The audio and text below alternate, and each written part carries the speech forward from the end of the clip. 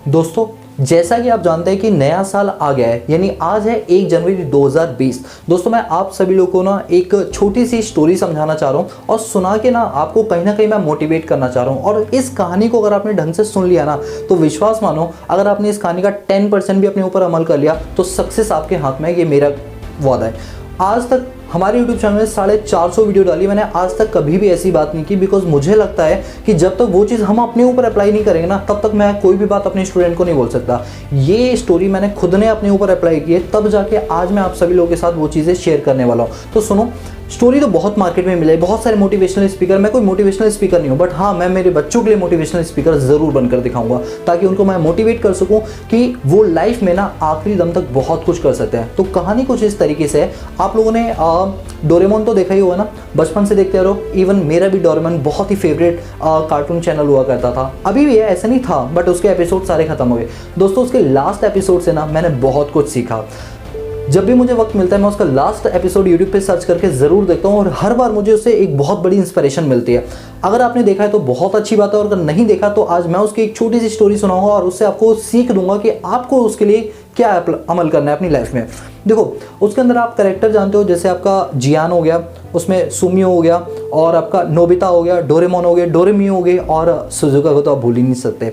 दोस्तों, आपको पूरा कैरेक्टर बताऊंगा कि जो नोबिता है वो पढ़ने में बिल्कुल भी अच्छा नहीं है, ठीक है। डोरेमोन उसकी बाकायदा पूरी हेल्प करता है। तो एक दिन क्या होता है कि डोरेमोन के पास नोबिता आता है। नोबिता डोरेमोन के पास आता है और कहता है कि डोरेमोन, मुझे जियान ने मारा, मुझे एक गैजेट निकाल के दो जिससे मैं उसको मजा सिखा सकूं।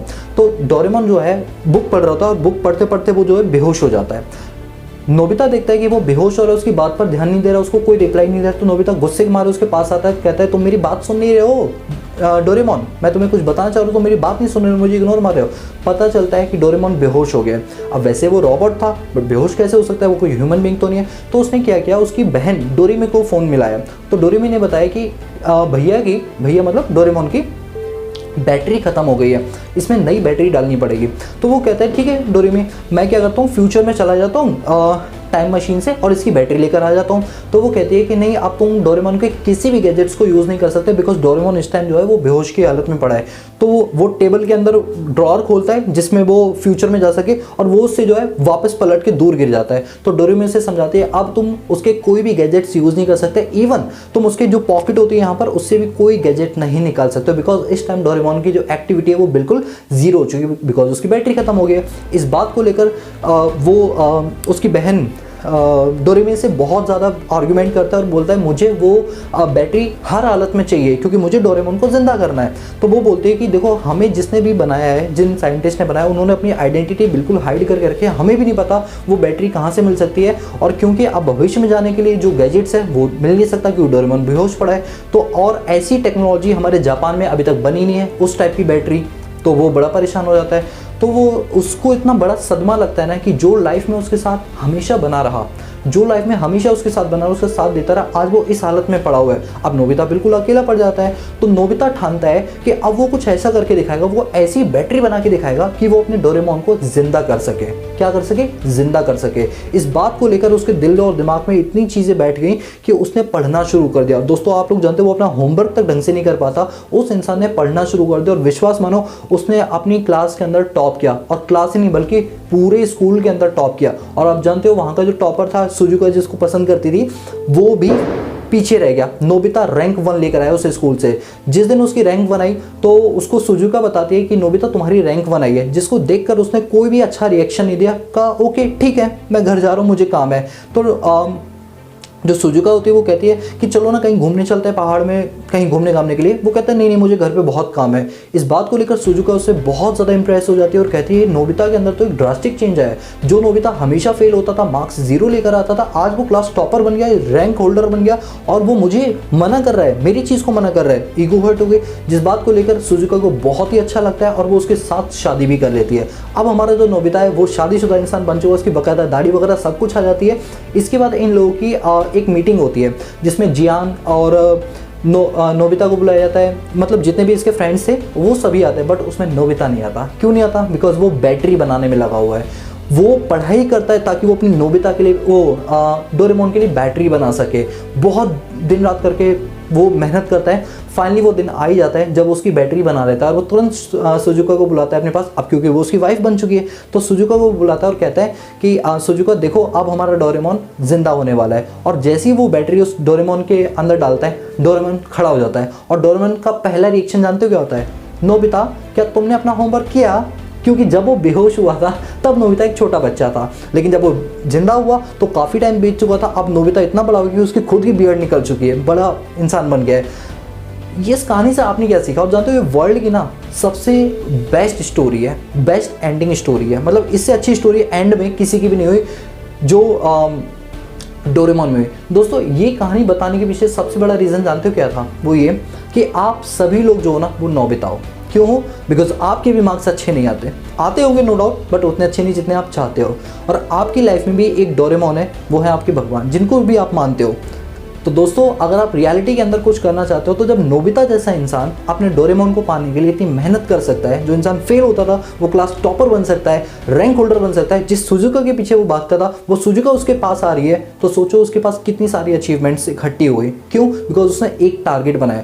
दोस्तों इस कहानी से आपको ये सीखना चाहिए कि आपको भी अपनी लाइफ में एक टारगेट बनाना चाहिए, उस टारगेट के पीछे भागना चाहिए, इतनी शिद्दत से भागना चाहिए कि दुनिया की कोई चीज़ नजर ना आए। एक बात बोलूँ दोस्तों, खासतौर पर लड़कों के लिए, अगर आप सक्सेसफुल हो जाओगे ना, जिन लड़कियों के पीछे आप भाग रहे हो वही लड़कियां आपके पीछे भागेंगी। और लड़कियों तुम लोगों के लिए भी है, जिन जिन अच्छे स्टैंडर्ड के लड़कियां तुम लोग चाहते हो ना, अगर तुम खुद के वैल्यू बनाओगे ना तो वो लड़के भी तुम्हारे पीछे भागेंगे। मेरे कहने का मतलब ये कि अगर तुम अपने पीछे दुनिया भगाना चाहते हो तो पहले खुद उनसे भागो, मतलब दूर हो जाओ और अपने कंसंट्रेशन अपने उस टारगेट पे लगा दो। मैं ये नहीं कह रहा आपका टारगेट सिर्फ पढ़ने में हो। अगर आपको म्यूजिशियन बनना है, आपको सिंगर बनना है, आपको डांसर बनना है, जो भी बनना है उस पर पूरा डिवोट कर दो अपना टाइम, पूरा का पूरा।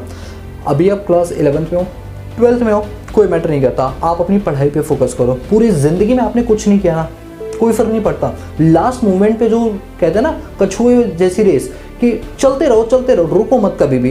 ये मत सोचो आपके फ्रेंड्स बहुत ज़्यादा आगे निकल चुके हैं, कोई बात नहीं, वो एक दिन थक के रुक जाएंगे, बट आप लोग चलते रहो।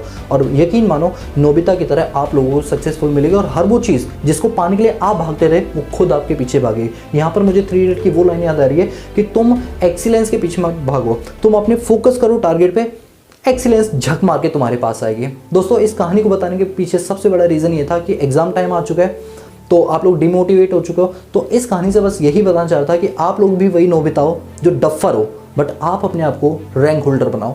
जब नोबिता कर सकता है वो काम, तो आप लोग भी सोचो आपकी लाइफ में ऐसी क्या चीज़ है जिसको पाना है आपको। जब तक आप अपने अंदर कोई इच्छा नहीं जाहिर करोगे ना, कोई डिज़ायर नहीं होगी, तब तक आपका टारगेट हो ही नहीं सकता। डिज़ायर बनाओ, सबसे पहले नीड बनाओ।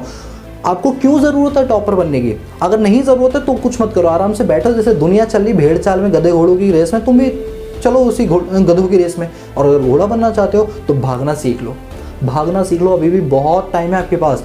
दोस्तों कभी मैं अपनी स्टोरी लेकर बैठूंगा आप लोगों के सामने, उसमें मैं खुद बताऊंगा कि 10th क्लास तक मेरे खुद के इतने कम मार्क्स थे। अगर मैं आपको मार्कशीट दिखाऊं तो आप कहोगे सर आप टीचर कैसे बन सकते हो, आपके तो मार्क्स ही ऐसे नहीं है। बट जब आप 11th क्लास देखो, जब मैंने कॉमर्स ज्वाइन की, वहाँ से मेरी लाइफ का एक बहुत बड़ा ड्रास्टिक चेंज आया। वहाँ से फिर मैंने बहुत सारी अचीवमेंट्स करनी शुरू की, और विश्वास मानो किसी दिन मैं आपको अपनी अवार्ड गैलरी भी दिखाऊंगा जहाँ पर मैंने इतने सारे अवार्ड्स जीते।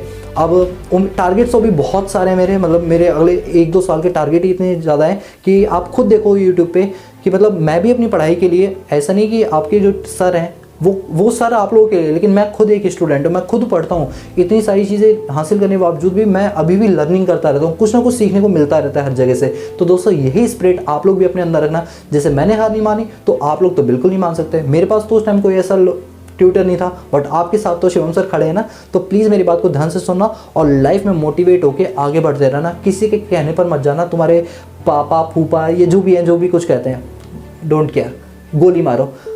ये समझो कि जैसे कूड़े वाला आता है ना, कुत्ते भौंकते हैं, समझना वो भौंक रहे हैं। कूड़े वाला ध्यान देता है क्या? कूड़ा वाला तो अपना कूड़ा बटोरता रहता है और अपना काम करके निकल जाता है। समझ जाओ वो कूड़े वाले आप हो।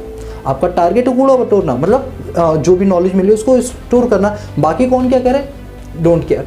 बाद में जब आप कुछ बन जाओगे तो बाद में वो आपसे लिंक जोड़ना शुरू कर दें। अरे मुझे तो पता था तू कर लेगा, फिर लिंक जोड़ेंगे, ये तो यार मेरा रिलेटिव है, ये तो मेरा फ्रेंड है। जिस दिन आप सक्सेसफुल हो जाओगे तो दोस्तों बहुत मतलब किस्मत वाले हो तुम लोग कि मतलब अगर तुम ये सब कर दो। बाकी आपकी मेहनत करवाने के लिए मैं आपके साथ खड़ा हूँ। कोई दिक्कत हो आप हमें कॉल करिए, आपको सोल्यूशन ज़रूर मिलेगा। मैं ये नहीं कह रहा मैं बहुत बड़ा मोटिवेशनल, मैं कोई मोटिवेशनल स्पीकर नहीं हूँ, एक छोटी सी स्टोरी लेकर आया हूँ। अगर अच्छी लगी हो तो अच्छी बात है, नहीं अच्छी लगी हो तो कोई बात नहीं, ठीक है। सो गाइस आज के लिए इतना ही, मिलते हैं नेक्स्ट क्लास में। और ये जो आपका नया साल है ये बहुत ही अच्छा गुजरे, कभी भी आपको कोई दिक्कत नहीं। 2021 आपके और आपके सभी घर वालों के लिए बहुत ही अच्छा है। So guys wish you very happy new year and stay blessed, keep learning, stay tune with us, economics easy है।